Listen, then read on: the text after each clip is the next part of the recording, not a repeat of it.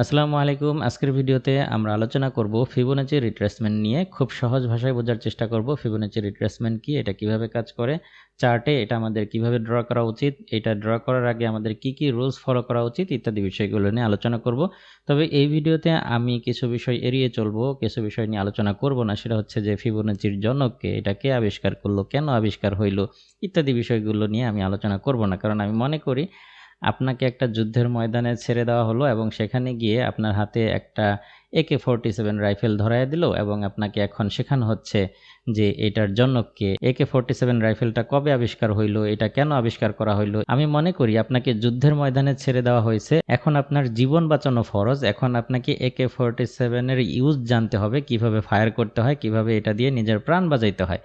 এখন এইটা জেনে লাভ নাই যে AK-47 কে আবিষ্কার করলো, এটা কেন আবিষ্কার হইলো, কত সালে আবিষ্কার হইলো, এগুলো জেনে আমাদের লাভ নাই। ঠিক একইভাবে আপনি যখন এবং যেই দিন থেকে ফরেক্স মার্কেটে ডিপোজিট করে ফেলছেন, আপনি একটা যুদ্ধক্ষেত্রে নেমে গেছেন। এখন আপনাকে অ্যাকাউন্ট বাঁচাইতে হবে এবং অ্যাকাউন্ট বাঁচানোর সময় আপনার ওই ফিবোনাচির জনককে কে আবিষ্কার করলো, কেন আবিষ্কার হইলো, এসব বিষয় আপনার না জানলেও চলবে। আপনাকে যেটা জানতে হবে এটার প্রপার ইউজ, এটা কিভাবে ইউজ করবেন, কি কি রুলস ফলো করবেন, সঠিকভাবে এটার ব্যবহার জেনে কিভাবে এটা থেকে আপনি প্রফিট বুক করবেন, এই ব্যাপারগুলোই আপনাকে শিখতে হবে। সো এটাই হচ্ছে মূল ব্যাপার। চার্টে ফিবোনাচি ড্র করার আগে আমাদেরকে মাথায় রাখতে হবে যে আমাদের প্রপার একটি সুইং পয়েন্ট প্রয়োজন এবং একই সাথে আমাদের প্রপার একটি ট্রেন্ড প্রয়োজন। ওকে, দেখুন আপনি ফরেক্স, ক্রিপ্টো কিংবা স্টক মার্কেট যেখানেই ট্রেড করেন না কেন, এখানে টেকনিক্যাল থিওরিটা মোটামুটি একইভাবে কাজ করে। চার্টগুলো প্রধানত দুইটা সিস্টেমেই কিন্তু মুভ করে। একটা হচ্ছে কি ট্রেন্ডের ভেতরে মুভ করে, আরেকটা হচ্ছে সাইডওয়ে রেঞ্জের ভেতরে মুভ করে, যেটাকে আমরা অনেক সময় কনসলিডেশন জোন বলে থাকি। যখন সাইডওয়ে রেঞ্জের ভেতরে চার্টগুলো মুভ করে, এখানে আমাদের খুব বেশি টুলসের ব্যবহার করার প্রয়োজন পড়ে না, কারণ মার্কেট যখন নিচে থাকে তখন আমরা বাই ওপেন করি, আবার যখন উপরে যায় এখান থেকে আমরা সেল ওপেন করি। খুব সহজেই সাইডওয়ে রেঞ্জের ভেতরে যখন মার্কেট থাকে তখন আমরা এই রেঞ্জের ভেতর থেকে খুব সহজেই আমরা হচ্ছে গিয়ে কি প্রফিট বুক করে নিতে পারি। এবং যখন সাইডওয়ে এই রেঞ্জটা যখন ব্রেকআউট দেয় তখন এখান থেকে ব্রেকআউটে আমরা রিটেস্টের সাথে এখানে বাই করতে পারি, রাইট। আবার যদি নিচে ডাউনের দিকে ব্রেকআউট দেয় তাহলে রিটেস্টের সাথে আমরা এখানে বাই করতে পারি। এটা খুব সহজ একটা কনসেপ্ট। বাট যখন মার্কেট ট্রেন্ডে থাকে তখন আমাদের কাছে কিন্তু একটা সঠিক এরকম একটা ক্লিয়ার রেশিও কিন্তু আমাদের কাছে থাকে না, যে মার্কেটের এই প্রাইসটা যে উপরের দিকে উঠতেছে এই প্রাইসটা ঠিক কোন জায়গা থেকে আবারও বাউন্স করবে। এটা কখনো কখনো পুরোপুরি প্রাইস কারেকশন করে ট্রেন্ড লাইনকে টাচ করে হচ্ছে আবার বাউন্স করে, আবার কখনো কখনো ট্রেন্ড লাইনের আশপাশে এসে এখান থেকে বাউন্স করে, কিংবা আরও উপর থেকেও বাউন্স করতে পারে। তো এই যে ব্যাপারটা, যারা মূলত trend line trading strategy follow করে ট্রেড করে থাকেন, সুইং ট্রেডিং করে থাকেন, আপনি কিন্তু শিওর না যে এই প্রাইসটা আবার কারেকশন করে ট্রেন্ড লাইনে এসে এখানেই টাচ করবে, এখান থেকেই বাউন্স করবে, নাকি এই অবধি এসে এখান থেকেও আবারও বাউন্স করে যেতে পারে। তো এই যে ব্যাপারটা, এই ব্যাপারটা বুঝতে আমাদেরকে সাহায্য করে ফিবোনাচি রিট্রেসমেন্ট টুল।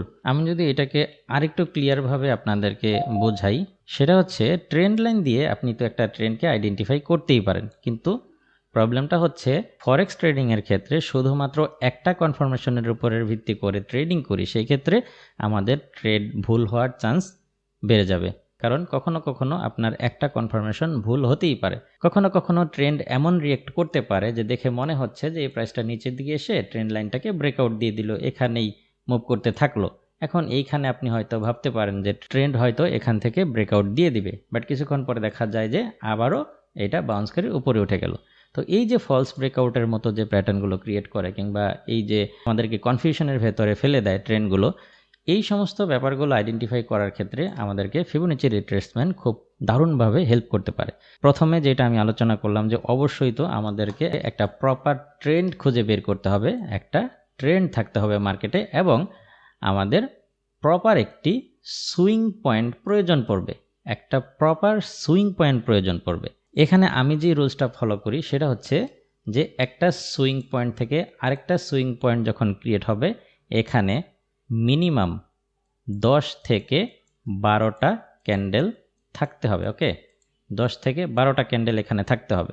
যদি এইটা না হয়, দেখা গেছে একটা সুইং পয়েন্ট হইলো, এখানে একটা সুইং পয়েন্ট হইলো, আবার এখান থেকে আরেকটা সুইং পয়েন্ট হইলো, এখন এই সুইং ল থেকে এই সুইং হাইয়ের যে দূরত্ব রয়েছে এখানে 5টা ক্যান্ডেল ক্রিয়েট করে এটা হইতে পারে না এরকম। অনেক সময় কিন্তু একটা কিংবা 2টা ক্যান্ডেল এমনভাবে পাম্প করে যে একটা সুইং পয়েন্ট ক্রিয়েট করে ফেলে। এটাকে আমরা ফিবোনাচি রিট্রেসমেন্ট ড্র করার জন্য প্রায়োরিটি দেব না, এটা একটা প্রপার সুইং পয়েন্ট না। একটা প্রপার সুইং পয়েন্ট হইতে হলে আমাদের প্রধান যে শর্তটা মানতে হবে সেটা হচ্ছে একটা সুইং থেকে আরেকটা সুইংয়ের যে দূরত্ব থাকবে এখানে কম করে হলেও 10 থেকে 12টা কিংবা এর অধিক ক্যান্ডেল ক্রিয়েট করতে হবে। ওকে, এবং এইটা সামনের দিকেও থাকতে হবে এবং পেছনের দিকেও থাকতে হবে, অর্থাৎ এই দিক থেকেও 10 থেকে 12টা ক্যান্ডেল ক্রিয়েট করতে হবে এবং এই দিক থেকেও আমাদের 10 থেকে 12টা ক্যান্ডেল থাকতে হবে। তাহলে আমরা এইটাকে একটা প্রপার সুইং পয়েন্ট হিসেবে আইডেন্টিফাই করব। এটা হচ্ছে 1 নম্বর ইস্যু। খুব মনোযোগ সহকারে আপনারা এই রুলসটা খেয়াল করবেন। এরপরে আমাদের সুইং পয়েন্টগুলো অবশ্যই ট্রেন্ড লাইনকে টাচ করতে হবে। ওকে, এখন দেখা গেল যে এখানে একটা সুইং পয়েন্ট হয়েছে, ট্রেন্ড লাইনকে টাচ করছে। এখন আবার এখানে একটা এইভাবে সুইং পয়েন্ট হইলো, আরেকটা সুইং পয়েন্ট এইভাবে হইলো, আরেকটা এইভাবে হইলো। এখন এই যে সুইং পয়েন্টগুলো হলো এগুলোকে আমরা আসলে কিনা প্রপার সুইং পয়েন্ট হিসেবে ফিবোনাচি রিট্রেসমেন্ট ড্র করার ক্ষেত্রে আইডেন্টিফাই করতে পারি না, বা এই ধরনের সুইং পয়েন্টে যখন আপনি ফিবোনাচি রিট্রেসমেন্ট ড্র করবেন সেই ক্ষেত্রে আপনি অ্যাকুরেট রেজাল্ট পাবেন না। আমি এই ভিডিওতে যে আলোচনাগুলো করতেছি এটা সম্পূর্ণই আমার অভিজ্ঞতার আলোকে করতেছি। এখানে হয়তোবা আমার এই কথাগুলো ইন্টারন্যাশনাল স্ট্যান্ডার্ড মেনটেন নাও করতে পারে, হয়তোবা আমার সাথে অনেকেই একমত পোষণ নাও হতে পারেন, বাট এটা যার যার ব্যক্তিগত ব্যাপার। বাট আমি যেই স্ট্র্যাটেজি এবং যে নিয়ম ফলো করে ফিবোনাচি রিট্রেসমেন্টগুলো ড্র করি এবং আমি যেটা দেখেছি আমার ট্রেডিং অভিজ্ঞতায়, আমি সেটাই আলোচনা করতেছি। আপনি চাইলে আমার এই রুলস ফলো করতেও পারেন অথবা আপনি অ্যাভয়েড করতে পারেন, এটা আপনার সম্পূর্ণই ব্যক্তিগত ব্যাপার, তবে আপনি ট্রাই করে দেখতে পারেন। হ্যাঁ, এবার আমরা বোঝার চেষ্টা করি যে ফিবোনাচি রিট্রেসমেন্ট টুলটা যখন আমরা ড্র করব তখন আমরা এখানে বেশ কিছু লেভেল আমরা দেখতে পাবো, সেটা হচ্ছে 38, 50 এবং 61। এই যে রেশিওগুলো আপনারা সবাই জানেন, এইগুলোকে মূলত গোল্ডেন রেশিও বলা হয়, রাইট? এই গোল্ডেন রেশিওর যে কোনো একটা পয়েন্ট থেকে ট্রেন্ড রিভার্সাল হতে পারে বা প্রাইস বাউন্স করতে পারে। আমরা এখানে আরও অনেকগুলো পয়েন্ট এখানে আমরা পেয়ে যাব, বাট এই পয়েন্টগুলোকে আমরা তেমন একটা আমলে নিব না। আমরা মূলত এই 38, 50 এবং 61 যে লেভেলটা রয়েছে এই লেভেলগুলোকে, অর্থাৎ এই গোল্ডেন রেশিওগুলো ধরেই আমরা ট্রেডিং করার চেষ্টা করব। ফর এক্সাম্পল, আমরা যদি এই ব্যাপারটাকে আরেকটু ভালোভাবে বোঝার চেষ্টা করি, যেমন দেখুন একটা ট্রেন্ড যখন মার্কেটে ক্রিয়েট হয় এটা একটা ক্লিয়ার কিন্তু আপ ট্রেন্ড।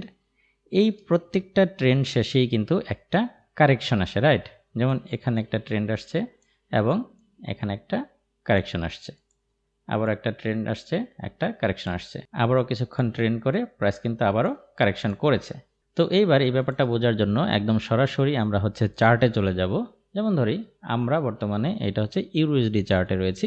এখন এই রুলসটা সম্পর্কে অনেকেই আবার হয়তো বা কমেন্ট বক্সে প্রশ্ন করবেন যে ভাইয়া H1 টাইম ফ্রেমে কি এটা করবো নাকি ডে? আপনি যেই চার্টেই করেন না কেন, আপনি H1-এ করেন, H4-এ করেন, ডে ক্যান্ডেলে করেন, অবশ্যই আপনার সুইং পয়েন্ট থেকে একটা প্রপার সুইং পয়েন্ট থাকতে হবে এবং একটা সুইং পয়েন্ট থেকে আরেকটা সুইং পয়েন্টের ভেতরে 10 থেকে 12টা ক্যান্ডেল থাকতে হবে। সেটা ডে চার্টেও থাকতে হবে, H4-এও থাকতে হবে, H1-এও থাকতে হবে। এরপর আপনি ডিসাইড করবেন যে আপনি কোন চার্টে বা আপনার ট্রেডিং স্ট্র্যাটেজি কি সেই অনুযায়ী ট্রেড করতে। যাই হোক, বর্তমানে আমরা রয়েছি কোথায়?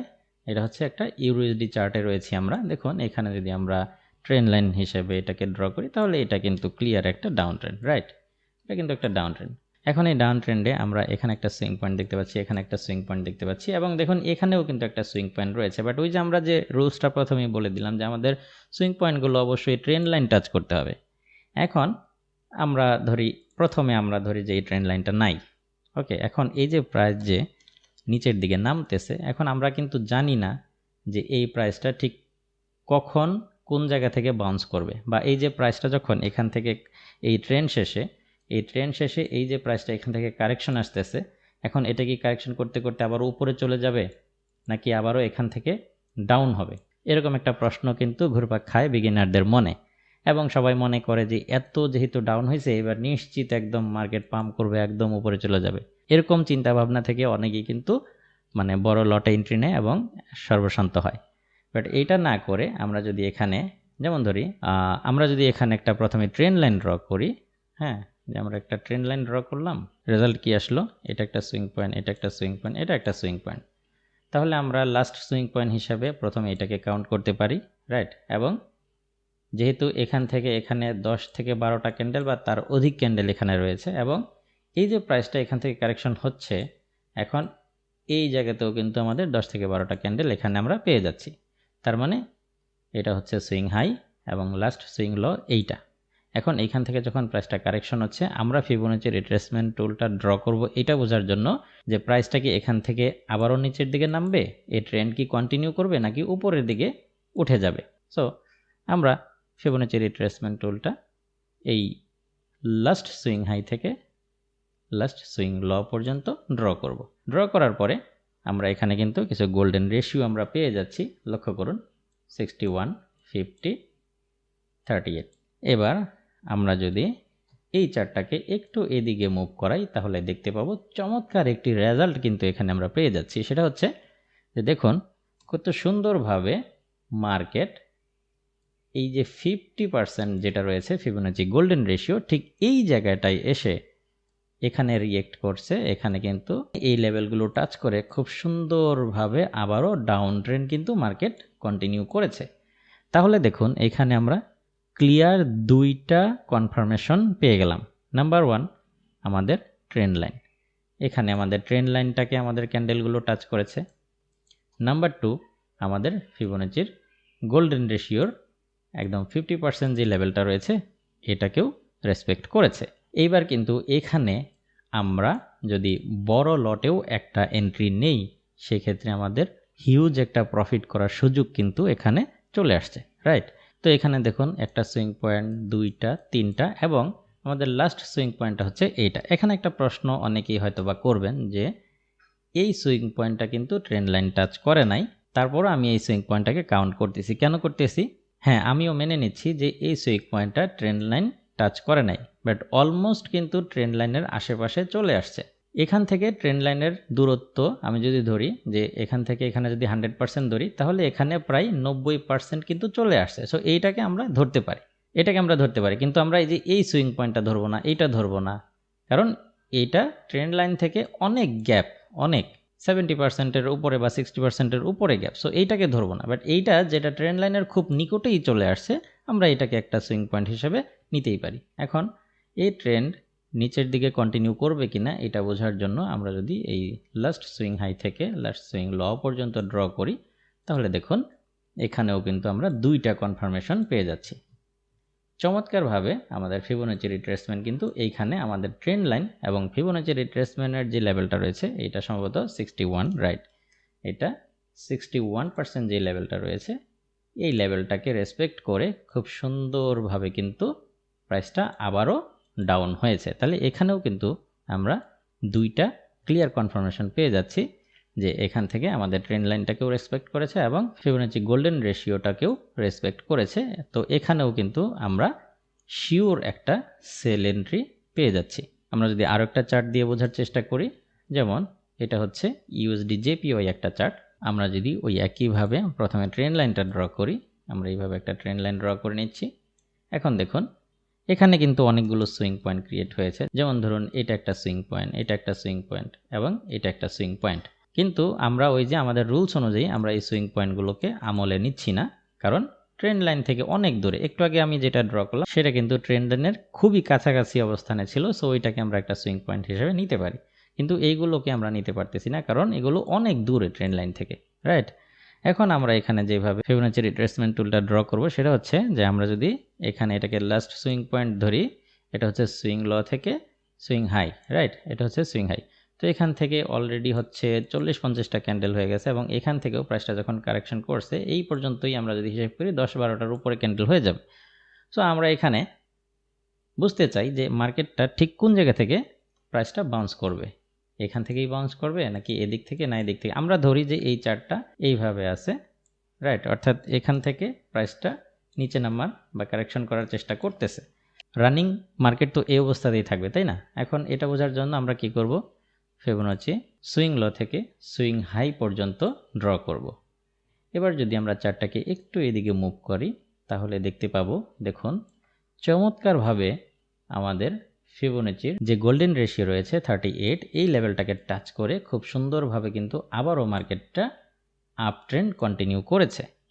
দেখতে পাচ্ছেন, আমি যদি এইভাবে জুম করে দেখাই যে দেখুন এই যে 38 যে লেভেলটা রয়েছে এই লেভেলটাকে টাচ করে কিন্তু মার্কেট আবারও আপ ট্রেন্ড কন্টিনিউ করেছে। তাহলে এখানেও কিন্তু আমরা দুইটা কনফার্মেশন পেয়ে যাচ্ছি, এক হচ্ছে ট্রেন্ড লাইন আর একটা হচ্ছে Fibonacci golden ratio retracement level. তো ঠিক এইভাবে চার্টে আমরা ফিবোনাচি ড্র করে আমরা খুব সুন্দরভাবে হচ্ছে সুইং ট্রেডের জন্য প্রপার একটা ট্রেড সেটআপ খুঁজে বের করতে পারি এবং আমরা ট্রেন্ড কন্টিনিউ করবে কিনা নাকি ট্রেন্ড ব্রেকআউট হয়ে যাবে কিংবা ট্রেন্ড লাইনের আশপাশ থেকেই ট্রেন্ড কন্টিনিউ করবে কিনা এর একটা ক্লিয়ার ধারণা কিন্তু আমরা ফিবোনাচি রিট্রেসমেন্ট যদি ট্রেন্ড লাইনের সাথে অ্যাপ্লাই করি তাহলে খুব সুন্দরভাবেই আমরা বুঝতে পারি। আশা করি বুঝতে পেরেছেন। আজকের ভিডিও এই পর্যন্তই, দেখা হবে পরবর্তী কোনো ভিডিওতে অন্য কোনো টপিক নিয়ে।